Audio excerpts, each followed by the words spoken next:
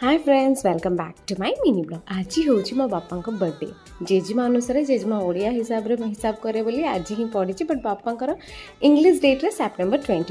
तो जहाँ भी हो जेजेमार बापा बर्थडे सेलिब्रेशन माने बहुत बड़।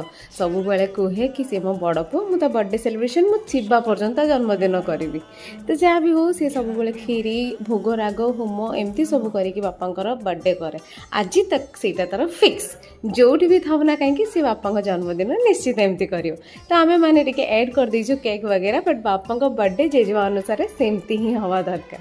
तो जहाँ भी हो आम मैंने आज मु चिंटू आ मो ससुर आम मैंने झील सब जाकि पहुँचिकी विश कलु। आ जेजेमा जेहेतु कहला मो पुअर जन्मदिन तो पूरी तरकारी खीरी करदे मो पुओ खाइब। तो जहाँ भी हो मुझे करी बापा को देली आम मैंने समस्ते खाइलु। तो एमती किसी आज बापा बर्थडे आम सेलिब्रेशन कलु।